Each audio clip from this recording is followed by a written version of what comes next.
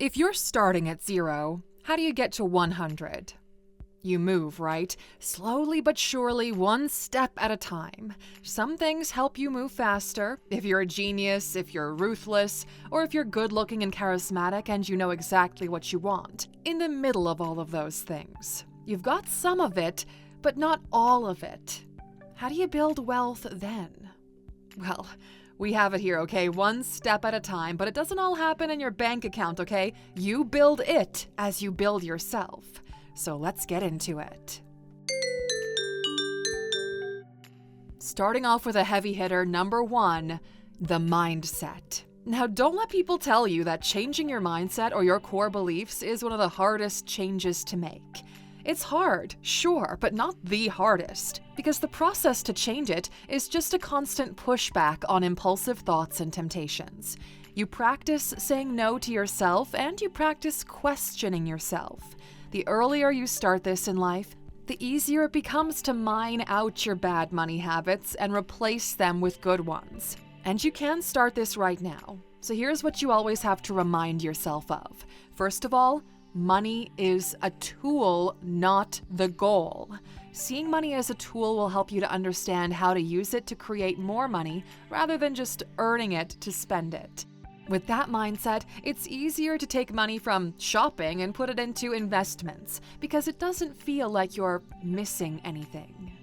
Second, I'm playing the long game here. Building wealth is boring, okay? It takes a long time, and at first it won't look like the needle is even moving at all. So you have to train yourself to be super, super patient. And third, I can learn anything I need to succeed at building wealth. Money can't hear your excuses, and it doesn't have the ability to feel sorry for you because you had a hard life with no financial education, okay? If other people can learn, then so can you.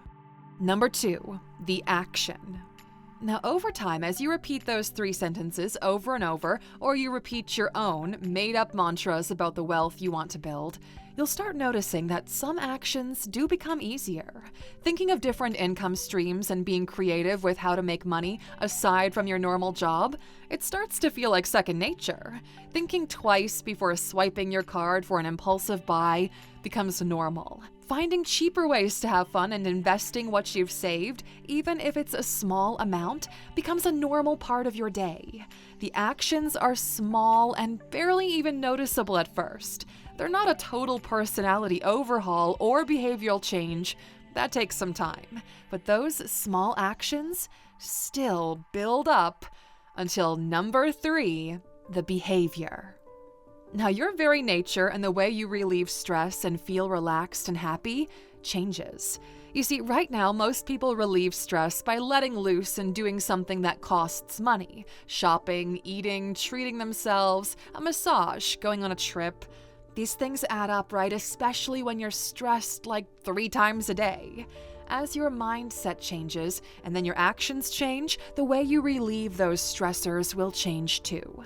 You'll find peace in putting that money away rather than spending it. And then you'll get creative about how to deal with any emotional and mental challenges that come up.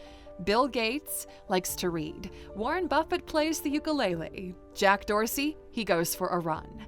I mean, you need something that you can do that doesn't cost money, and once you have that, everything becomes a little bit easier.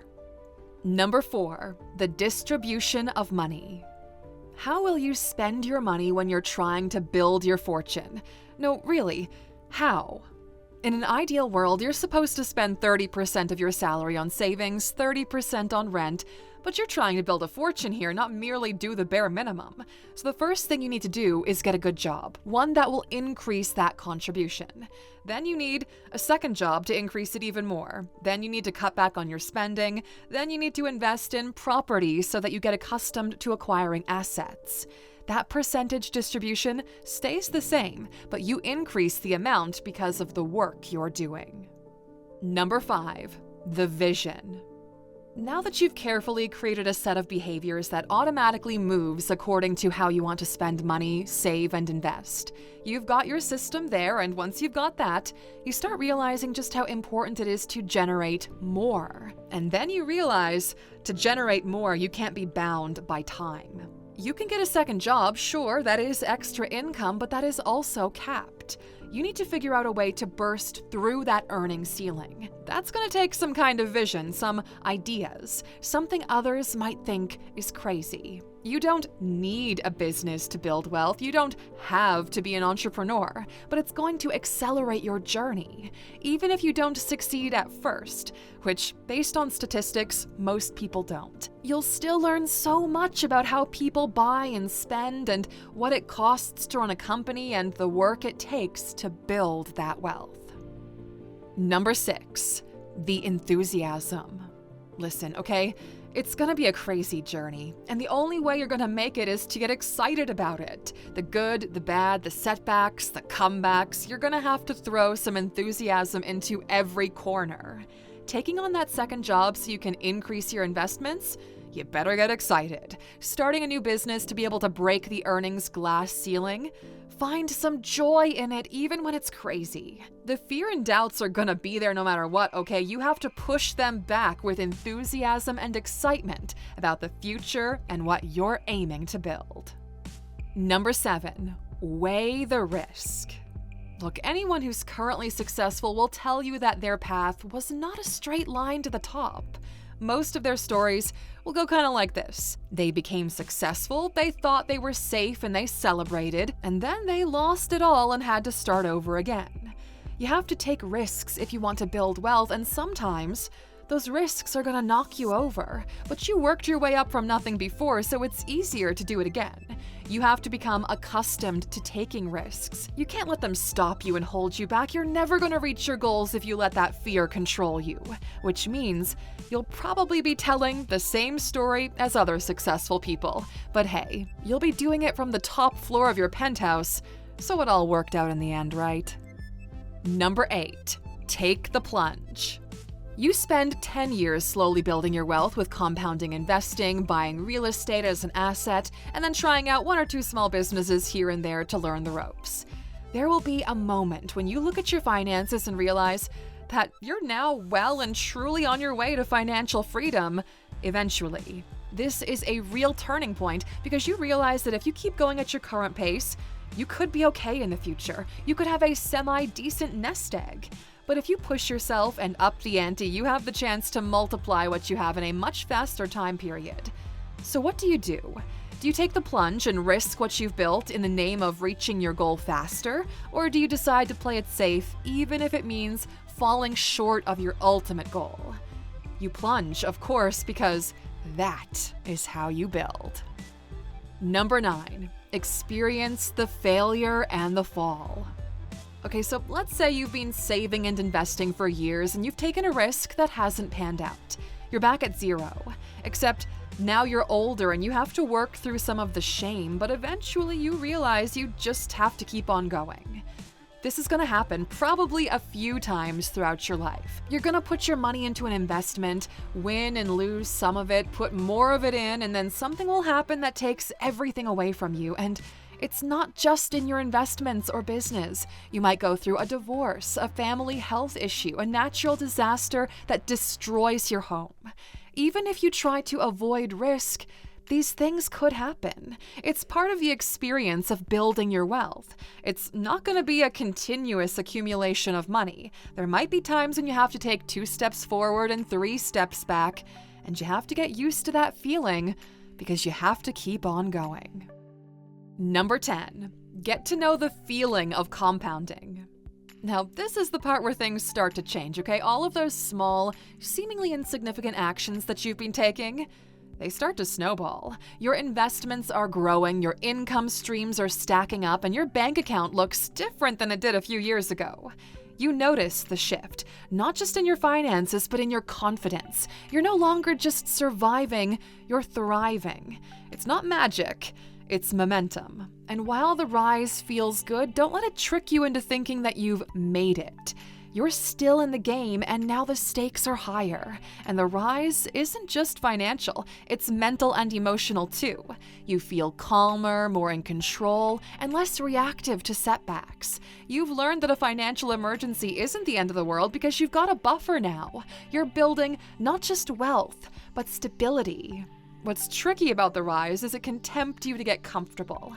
This is when people start to relax, splurge, or feel like they've made it, but that's a trap, okay? The rise is not the finish line, it is a checkpoint. If you take your foot off the gas too early, you risk losing your momentum. So while you celebrate the progress, remind yourself there's still plenty more ahead. This is not the time to coast. It's the time to double down, to reinforce your habits, stay consistent, and keep learning. And the best way to do that, my friend, is with the help of the Alux app. It's quite literally the only app of its kind designed to act as a high-performance coach for entrepreneurs, top-level managers, and high achievers like yourself. Through daily coaching sessions and curated expert collections, we give you all of the tools and resources you need to stay consistent and compound all of this wisdom over time. That compounding makes all the difference, and as a special gift from us to you, we're offering you 50% off the annual membership to the Alux app. We want this to be the year that you make it all happen, so download the app and scan the QR code on screen to snag that deal. But word to the wise, this promotion ends when February begins, so there's only 2 more days to secure your spot at 50% off. By this time next year, everyone will be asking you how you got so far so fast. I'll see you on the inside. Number 11. Enjoy the success. Take a breath and let yourself feel proud of how far you've come, okay? You've earned the right to enjoy the fruits of your labor. Maybe you finally take that vacation, or you upgrade something in your life that genuinely brings you joy. The key here is balance, okay? Celebrate your wins, but don't lose sight of the bigger picture. The goal isn't just to feel wealthy, it's to build lasting wealth that continues to work for you long after you stop working. Enjoying your success doesn't mean losing the discipline that got you here in the first place. It's not a free pass to blow through your progress or make impulsive decisions, okay? Instead, it's about intentional enjoyment. You can afford to upgrade your life, but only in ways that genuinely improve your quality of living. Spend on what matters to you, not what impresses others. This stage is also where you start to realize that success feels different than you imagined. The external rewards come with a confidence and freedom that you'll only get from financial stability. You feel lighter because you're no longer carrying the same weight of uncertainty, and that is a great feeling. Number 12, increase the distribution without strain. Now, you've mastered living below your means, and now it's time to scale. As your income grows, you can increase the percentage going into investments and savings and even giving back. The trick is to do it without feeling like you're stretching too thin. Wealth building isn't just about sacrificing every comfort forever, it's about expanding your capacity without breaking the systems you've put in place. Think of it as fine-tuning, not overhauling. Maybe you used to save 20% of your income, and now you can comfortably save 30% without feeling deprived.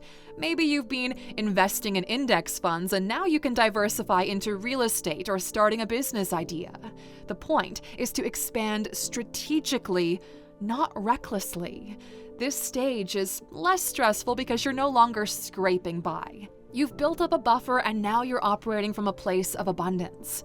But abundance doesn't mean carelessness. Keep refining your systems, tracking your finances closely, and ensure that every extra dollar you earn is working for you in some way. Number 13, the investment in others. Now, real wealth isn't just about you. It's about the impact you have on the people around you. This is the stage where you start to lift others up, mentoring someone, finding a cause you care about, or simply creating opportunities for people in your circle. These investments pay dividends in ways that money cannot quantify. And the best part? Helping others grow often leads to unexpected opportunities for you, too. Investing in others doesn't always look like writing a check either. Sure, it might mean funding someone's education, helping a family member start a business, or donating to causes you believe in, but it's also about the intangible investments, mentorship, guidance, and sharing lessons that you've learned the hard way. Think about the ripple effect here. When you mentor a young entrepreneur, you're not just helping them succeed, no, you're helping them create jobs in the future, contribute to the economy, and perhaps inspire others to follow their path. When you fund a scholarship, you're not just helping one student, you're opening up the door to opportunities for their family and future generations. Investing in others always circles back to you. The people you help might introduce you to new opportunities, partnerships, or perspectives that further enrich your life. Don't go into this expecting something in return, okay? Instead, recognize that when you create value for others, it has a way of finding its way back to you in unexpected opportunities. Number 14, the empire. Now, at this point, you're not just building wealth, you're building an empire. Your assets are diversified, your income streams are strong, and your vision has expanded. Maybe it's a business, a real estate portfolio, or a network of partnerships that keeps growing. Whatever it is, you've created something bigger than yourself, and it's designed to last. You're not just playing the game anymore, okay? You are shaping it. And number 15, the end, the legacy. All that work, all the risks, the failures, the victories, they've all led to this. You've built something meaningful, not just for yourself, but for the people who come after you. Your legacy isn't just the wealth you leave behind, it's the values, lessons, and opportunities that you've passed on. The ultimate wealth isn't measured in dollars, okay? It's in the lives you've touched and the doors you've opened. This is the final step, but it's also the beginning of something that's going to last even long after you're gone. And that's all from us today, Aluxer. This one was a little bit different because sometimes, we become so focused on the number on the screen that we forget what it even takes to get there. It's grit, determination, and resilience. And not everyone will understand what you're doing, but it will feel right to you. And that is the most important part. We'll see you back here tomorrow, my friend. Until then, take care.